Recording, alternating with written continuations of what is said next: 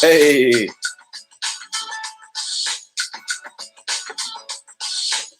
Hey. Contest entry or contest update for the What If Elseworlds, contest. This is a random ass contest that I just pulled out my keister now that I think about it. But whatever, it'll be fun. That's some shit. Biggie Shaq's in the house, dude. He says, my entry should get a prize, brother. Well, I'm not going to pick, best ones. I'm just going to randomize everyone that entered, you know what I'm saying? And I decided that, at first I was saying, a video will get 2 entries, a comment will get 1 entry, but you know what? With the way this entry was, the written ones were just as good as the video ones. So I'm like, you know what I'm saying? Everyone's getting equal opportunity entries. That's right. Hunt World Championship. Macho Head just came in there, dude. Took that belt. That was pretty fun. Perry. Lurkin. What up, man? Chris Barrett. Chris Beasy. That shit was too shelf. Shelf?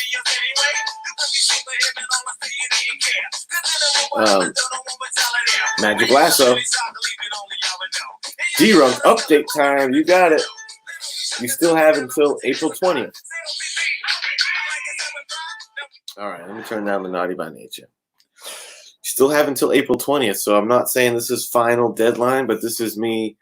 I'm going to share a few more of the entries that came in, and I'm going to share with you the list that I have of who's entered so far. And just before I close it off, I just want to make sure I didn't miss anybody. If you entered somehow, whether through video or message or even email, you let your boy know if you're not on this list, because I want to make sure. I wonder if there's any announcements coming. There may be an announcement. Now that you mention it, D-Ron, there might be a special announcement regarding this contest. Thank you for reminding me. Thanks, Big. He likes the NASA sweater. Look at the back of it. Hold up. Because the back is worth looking at. It's like some... I forget exactly what it is, but it's like some neon space type shit.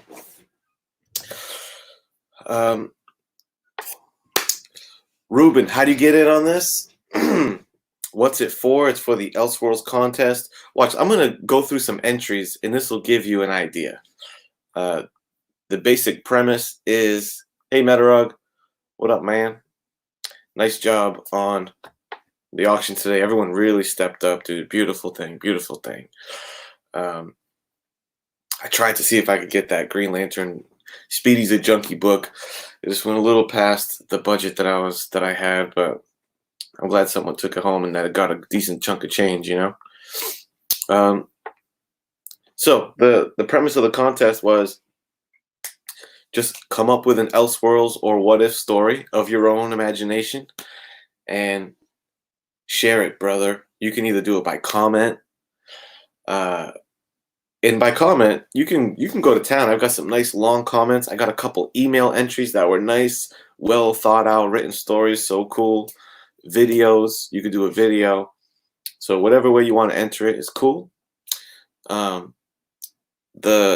about it. The prize, nothing too crazy, but your boy does a little bit of sketching. If here's an example one, there's a Jubilee I did. So you could win a serviceable sketch. There's the Jean Grey. A serviceable sketch from me. And I figured since this was a Elseworlds What If contest, I would have the blank cover be the Infinity Gauntlet, and you can choose I thought it'd be fun. Technically, you can pick whatever you want for it, but I was thinking you could pick any character you want to see the gauntlet, and I'll draw them with the gauntlet, you know? So basically, a little commission sketch of that. And the new update announcement is in partnership with DGC Industries, brought to you by Riverside Liquors. Not only are you going to win this commission sketch character of your choosing with the gauntlet, but it's going to come to you in a DGC custom slab. So, bam. That's pretty cool.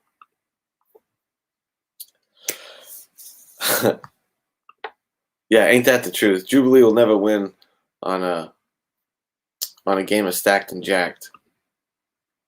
Yo, what up, Ken Bird? Good to see you, man. And this is I got the auction, the big main event tonight. I'm gonna take a shower and get a little ready for tonight's festivities because it's auction night with myself, first edition, geek aficionado. It's gonna be quite a show, I think. So we have that to look forward to. All right, let me get into what I came here for. I'm going to share you some comment entries first. Some new ones that came in. I made the text a little smaller than I wanted to. This one is from Bubba French 20. Shout out to you, Bubba French 20. His Elseworlds story would be where Gotham is a city-state during the second Persian invasion of Greece. Batman is the king. The enemy general is Slade Wilson, aka Deathstroke.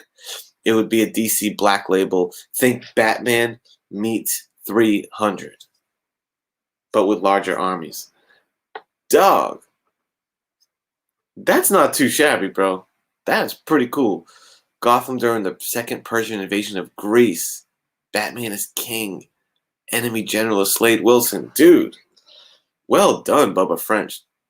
I really like that. Yo, what up, Rod? Good to see you, man. So great entry there from my boy Bubba. Next up, yo, Geeks, Drinks, and Comics came through with, he says, I suppose seeing superhero and villain kids are a huge event.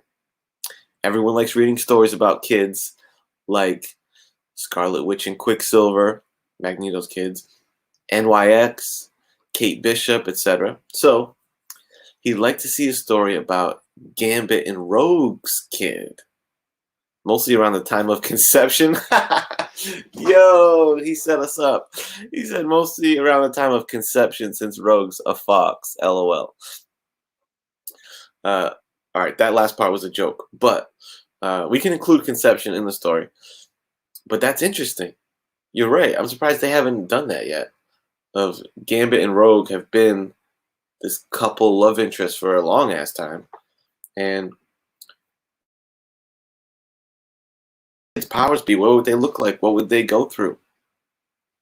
Interesting. Interesting from Geeks.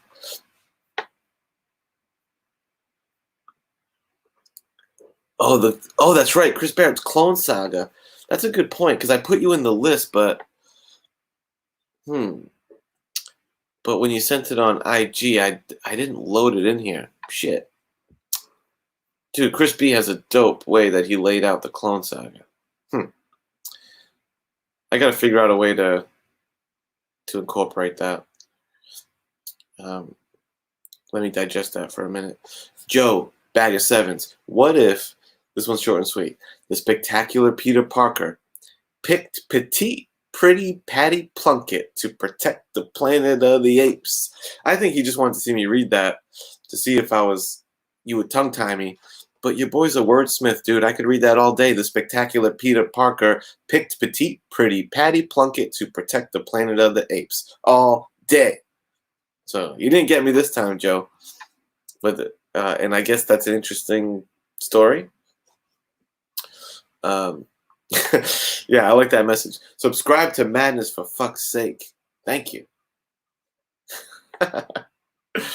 Yo, Count Von Strange. Good to see you, Count Von Strange. Yeah, recouping from a 6-hour stream. Yeah, buddy. That was impressive, man. Here's a good one. Here's a nice big one. Um, okay, you don't really need me in it anyway. I'm gonna cover my face while I read it. This is from our boy Kachung, man. Kachung says Madeline Pryor is his favorite X-universe character. She's underutilized, left in the periphery, and was abused and mistreated, sadly, by Cyclops. What an asshole, he said. She is a clone of Jean Grey, created by Mastermind as a revenge tool against the X-Men. Jean Grey became Phoenix, then died. Madeline came along as Phoenix's reincarnation, and then Cyclops marries her. Whoa, shit. Jean is resurrected. And by the way, this is all what actually happened. This is canon. We're setting the stage here on who Madeline Pryor is. She's a Jean Grey's clone that Cyclops marries. Jean is resurrected. Cyclops walks out on Madeline for Jean because he's an ass, he says. Marvel craps all over the character, leaving her out in the rain for more than 50 issues, then retcons her as a bitter, revengeful woman cloned by Mr. Sinister, fueled by anger, demonic entities to become the Goblin Queen. Well, Kachun says he could do it better.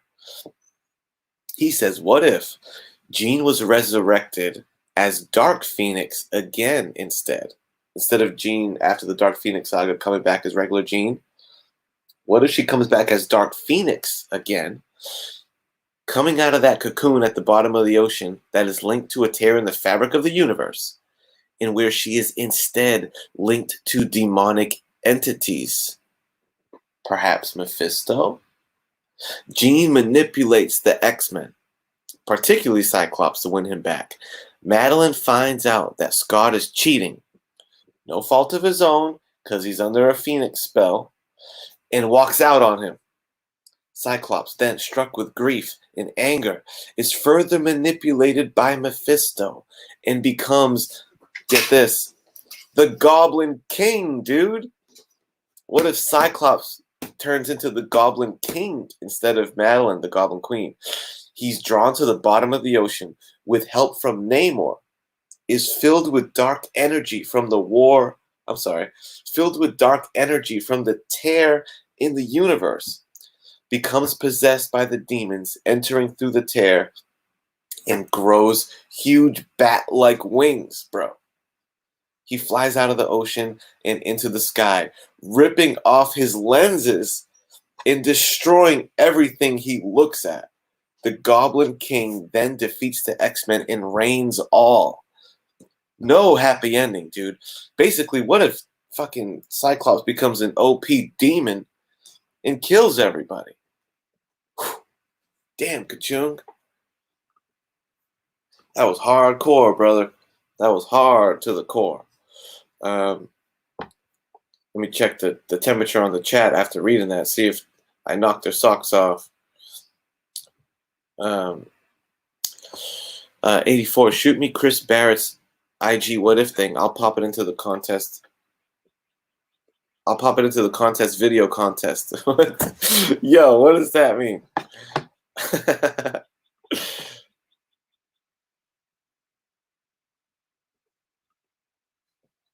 Oh, Kachung's in the house. Hell yeah. What up, Kachung? He likes dark endings. Big Clive Barker fan. Dark but clever. Nice. Oh, there you go, D-Ron. Contest video comments. Thank you. I will do that. Or I'll do it. I'll do it myself too. Because we want everyone to see Chris Barrett's was like a stroke of genius. Just to give you a heads up on what Chris Barrett did, not only did he create a what-if scenario, but he provided a timeline of Spider-Man's history, Clone Saga stuff, Death of Spidey stuff, like all that. And then he's like inserting his what-ifs into the Spidey timeline. It's like a broad sweeping, like he's showing you the ripple effects, basically, of his what-if through the storylines. It's really interesting. So that's great. Let's see. Oh, check this one out. So shout out to Comic Mag Musings. Comic Mag Musings, who I've recently been really put on to him and his content, really getting a sense for my boy Mag Musings. And I'm a fan, dude. I really like this guy. Um, and what he sent me a very robust email. And basically, he repurposed something. He said this was a writing assignment that he had back in school during his scholastic days, and it was a script to write an issue or 3 issues of Hawkeye, an original Hawkeye story. And it's an entire script, beat by beat, dialogue boxes. So I'm not going to read you that, but he provided this summary. And if I may, I'm going to read y'all this summary of Comic Mag Musings, Hawkeye, original story, Lost and Found. And because I made the text so small, I should have blew this up a little more. I'm going to have to lean into the screen here. Summary. I envision my story arc taking about 3 to 4 issues to fully unfold. It could probably be stretched to 5 issues. The following is a very brief summary of issue 2 and 3. Excuse me. Hawkeye and Crossfire are in a race to track down Hawkeye's real brother. Will Hawkeye's brother be killed by Crossfire, or will Hawkeye save his life? Both Hawkeye and Crossfire become private detectives as they separately track down the whereabouts of Hawkeye's newly discovered brother. Because that's part of... So I didn't put issue 1 in here. Issue 1 is, Hawkeye's brother's back in town. The Avengers discover that Dominic Fortune has made a pact with AIM. First off, shout out to using Dominic Fortune. That's awesome. The Avengers discover Dominic Fortune has made a pact with AIM. He sells WCA weapons. What's WCA? He sells WCA weapons to AIM in exchange for them disposing of Dom's chief rival for Mockingbird's affections. The rival is Hawkeye. What?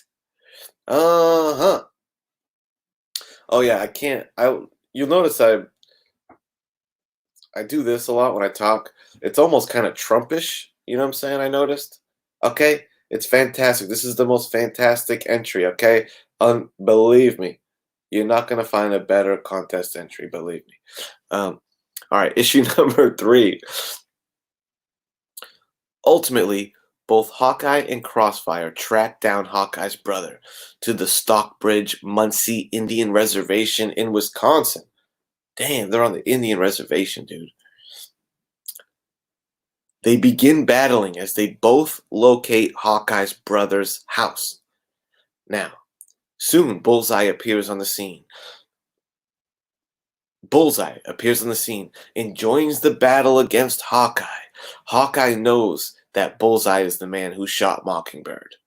And when he notices a bandage on Bullseye's ear, dude, in a fit of... Oh, that's how he found out. In a fit of vengeful rage, reading things live on YouTube is, this is a full contact sport right here. In a fit of vengeful rage, Hawkeye kills Bullseye. What? After finding no one in the house, though, Hawkeye gives up the search for his brother. Now, in a fit of panic, he tears away the back of Bullseye's shirt to reveal that Bullseye has the same Mohican tribal tattoo that Hawkeye has. Bullseye was Hawkeye's brother, dude. Bum, bum, bum. What, dude? Crazy. Crazy. I'm sorry if I botched the telling of that a little bit, but ooh, wait. We did Geeks, we did Joey Bags, Kachung. Okay, let me refer to my list to remind me of the. I think I know the 2 video entries off my head. Mark Knapp did a video entry that was awesome, fire. It was, what if Superman, right? Instead of being raised as Clark Kent in Kansas by Mom and Pa Kent, what if he grew up and became a metalhead rocker, dude? And it's like the story of metalhead Superman playing in a band, going to gigs. He had art. He had like 2 or 3 different pieces of art that he did of this metalhead Superman, rocker Superman. And dude, it's a blast. It's a really fun entry. Thank you so much for that. Especially, I don't know if that was pre-existing art, but if you made that for the entry, Mark, I am humbled. Thank you. Check that contest out. Show him some love. Show him some support, because he put some time into making a really fun story for us to enjoy, you know. The other one is the British bad boy, Gray Man. Gray Man put forth a pretty cool one. It was part of his bloggy blog where he went through some flash books, but then he had a chunk in there about the 84 contest entry. And he kept on saying, he was like, oh, you pretty much did it. You did my idea in my initial entry when I created the contest of what if basically Batman and Superman swapped abilities and Superman became a human and Batman became Kryptonian powered. Batman, Robin, and Batgirl became Kryptonian powered, and we played with that idea of human Superman versus that. And it was like, I just got the same idea. Shit, it wasn't the same idea. There was like a little similarity, but his main thing was it was not that Batman became Superman's powers or anything. It was just, he said, based on how smart Batman is, and based on how resourceful he is, and based on the world that he lives in, with there's Green Lantern rings, there's Legionnaire rings, there's all this super shit going on.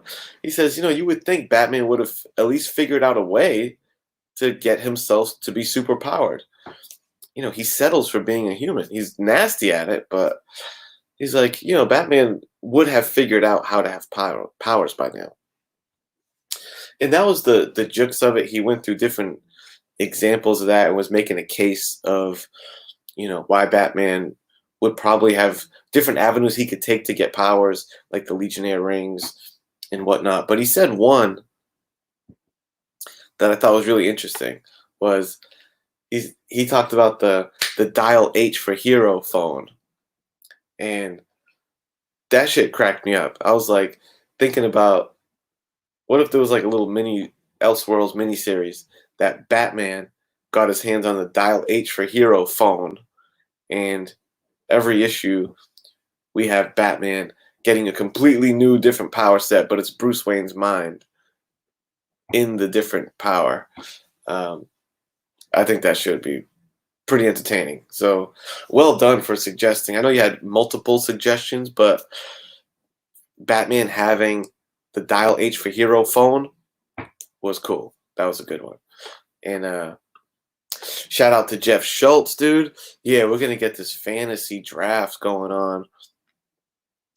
And it sounds like Jeff has some more, like 90 was saying, of like a, well, we'll email about it, but I think you're talking about a season, how to play out a season, if I'm not mistaken. We'll have to get into that. And by the way, you could feel free to email me, Jeff, because I get spacey sometimes. It's just comicated84@gmail. Hit me up, dog. Art Chemist, what up? And some comic book hunter. What up, man?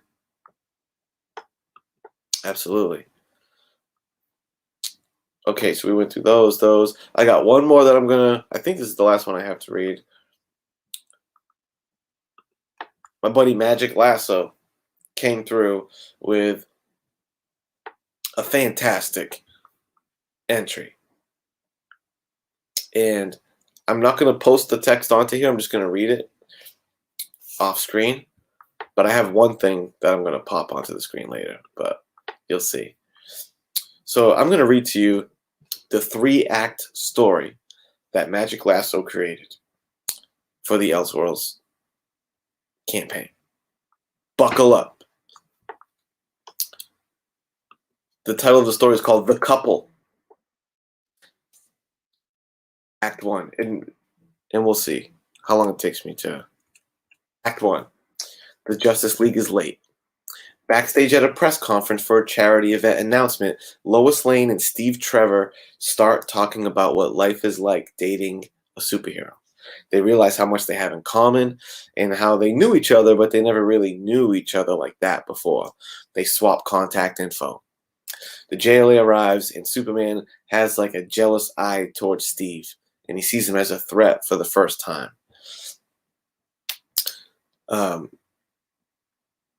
Weeks later, Lois and Steve Trevor unexpectedly run into each other. Lois Lane and Steve Trevor unexpectedly run into each other after Clark and Diana are off superheroing, right? They're frustrated, they're lonely, and once again realize how much that they have in common in this shared, thing that they deal with their spouse being out superheroing.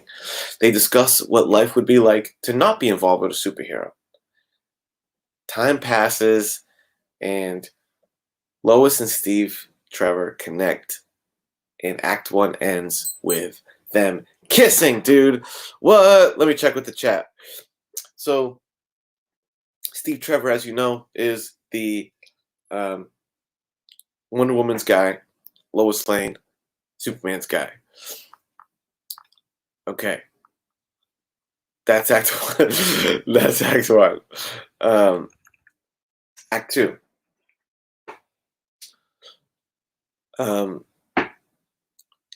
Lois and Steve have had the talk with Clark and Diana.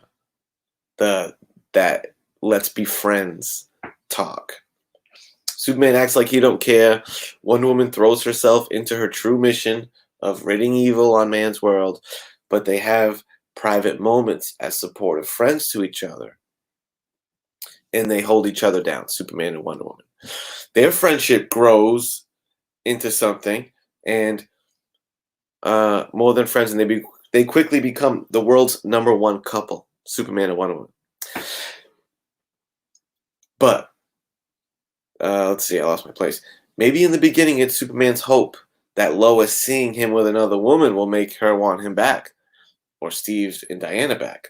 But that's not how history will write this fucking story.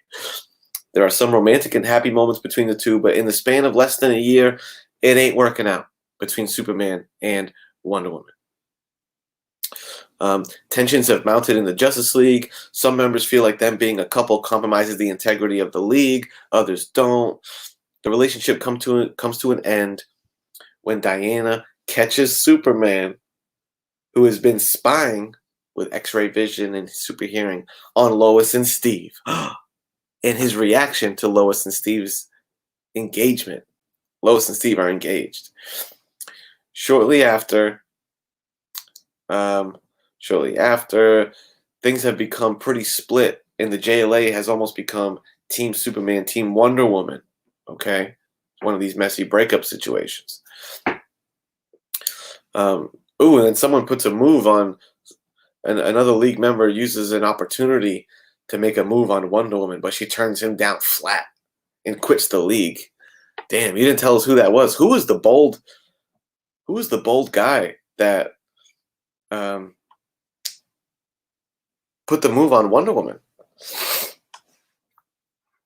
Okay, so that's Act 2. We got the here's the crescendo. We're gonna get into a real crescendo here.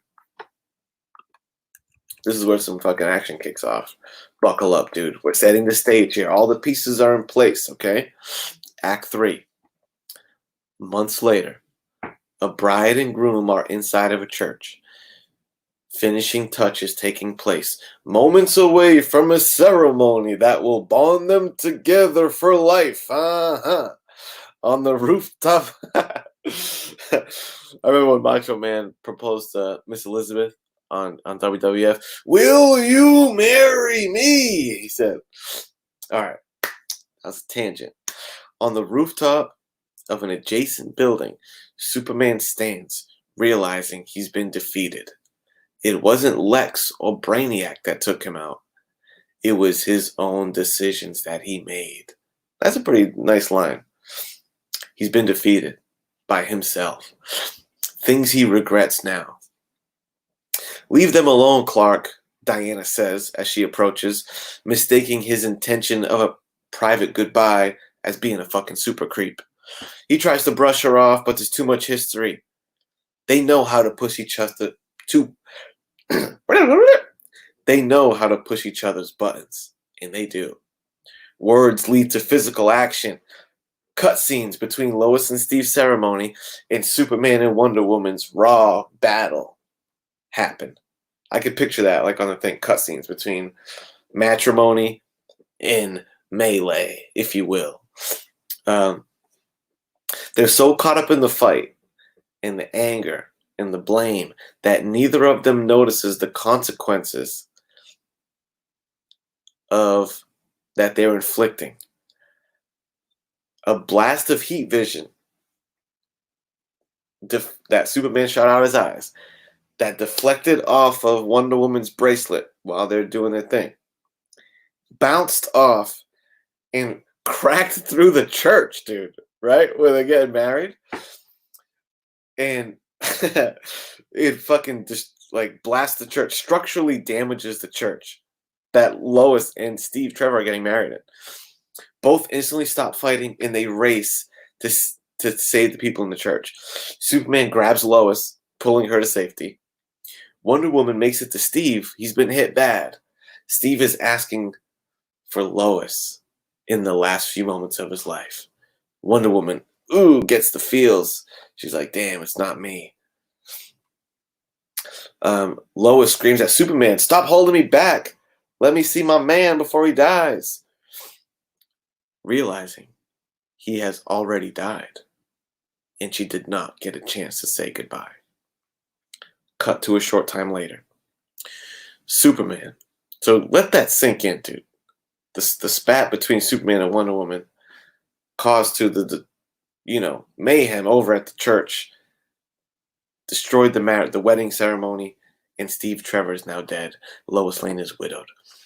Superman has now exiled himself to the Fortress of Solitude, feeling the guilt for the role that he played. Wonder Woman retreated to Paradise Island, bitter and angry and feeling like a failure. And a widow stands in the rain at a fresh grave. The happiest moment of her life soon became the worst moment she's ever lived through. Now, the last line of this story is what made me say, oh, nice, dude, got me pumped. So let me read that back. This is where it really ends on so cool. Lois Lane, a widow stands in the rain at a fresh grave. The happiest moment of her life turned into the worst moment she's ever lived through. She vows revenge. And then he put the end.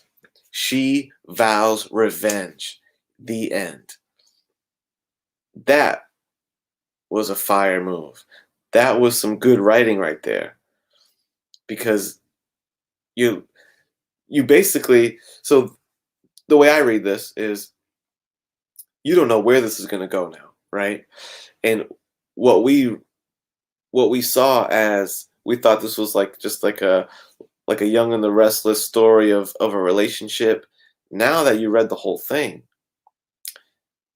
this is actually an origin story of like who knows? Perhaps like villain Lois Lane. You know what I'm saying? Pretty exciting. Um, you know, is Lois Lane going to reach out to Lex Luthor? Is she going to figure out a way to get herself super powered? What's she going to do? She vows revenge? Well done, dude. That last line really got me. I was like, damn, that was good. Um, so well done, Magic Lasso. Kudos to you, man. I really appreciate you putting that together, man. I had a blast reading it. I read it like 3 times. This is my 4th time reading it, I think. Um, Lois Lane versus Superman. And I would like to see her like formidable though. You know what I'm saying? Like she really put a plan together because she's pretty smart, you know? I'd like to see a real determined, and she knows Superman better than anybody, right? So that's interesting.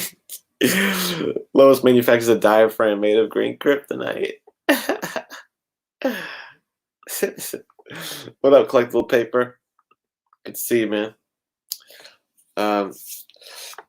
All right, what time is it? It's 7 o'clock. All right, dude, I gotta get out of here. Real quick, let me just run through my list of the people that I have because I gotta start getting ready. I need to have a little bite to eat. Like I said, I want to take a shower because it's auction time soon. I hope some of you can join. We're gonna do some giveaways too. Share screen. Oh, even better. She wants revenge on Superman and Wonder Woman. Love it. Love it. Okay. See if I can. No, I can't. Oh, here we go. I can do this. Bam. Do I have Chris B in here? Chris B. Okay.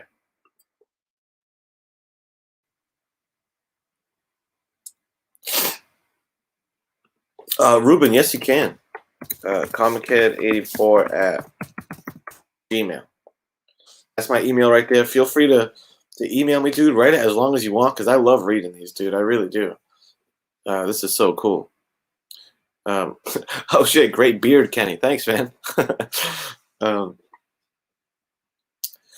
So here's who I have. Biggie, ICT Vinny, Brick Hunter, Drakir, Chris Barrett, Grayman did a vid, Metarog did a vid, Collectible Paper, Cardstock, Variant, Mag Musings, 64-page special, Mark Knapp. Did I say his name twice? No, Mark Knapp. Oh, I do have Mark Knapp twice. Where? Let me see. Biggie, Vinny, Brick.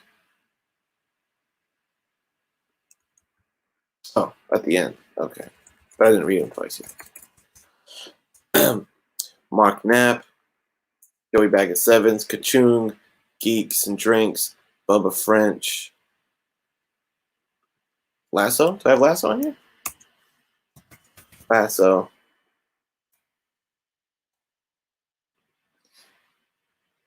Yeah, I know. I just noticed that. Lasso.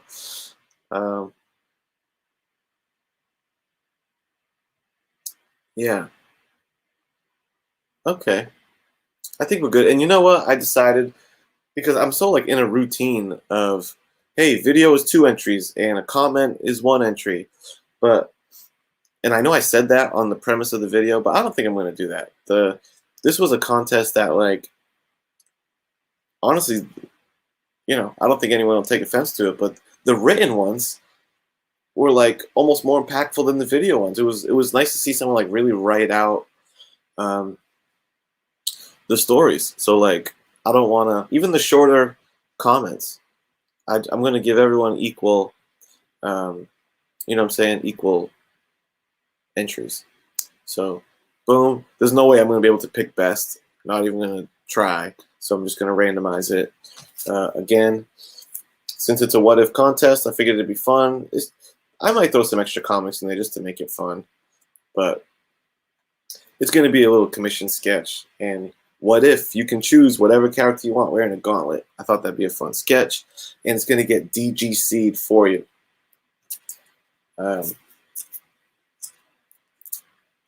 You're gonna get a cool DGC 84 sketchbook.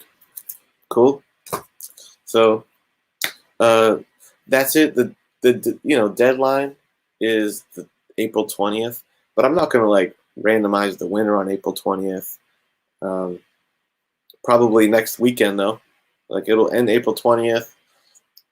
I'll probably maybe I even allow some extra entries if you want to get in, because I'm not gonna now raffle it till maybe we'll do it on Power Hour or something. I'll raffle off the winner, Biggie. So you got a few days, but get it in. Yeah, bad. I know I'm kicking myself that I didn't like find a way to incorporate this, but I'm going to. I'm gonna find a way to get that posted somewhere on my channel and give you some credit, because that was really cool. I like how you laid that out. Okay, guys, I'm gonna get out of here. Yo, 8 o'clock. So it's coming up soon, man. A little less than an hour. Hopefully I might be a few minutes late because I gotta scram. We're gonna be set up. Me, first edition, the Geek Aficionado, auction time, hanging out, good times. I hope everyone's not all auctioned out. I know there's been a lot going on this weekend, but we got some good books for you. Okay, let me get out of here. Talk to you soon. And don't forget,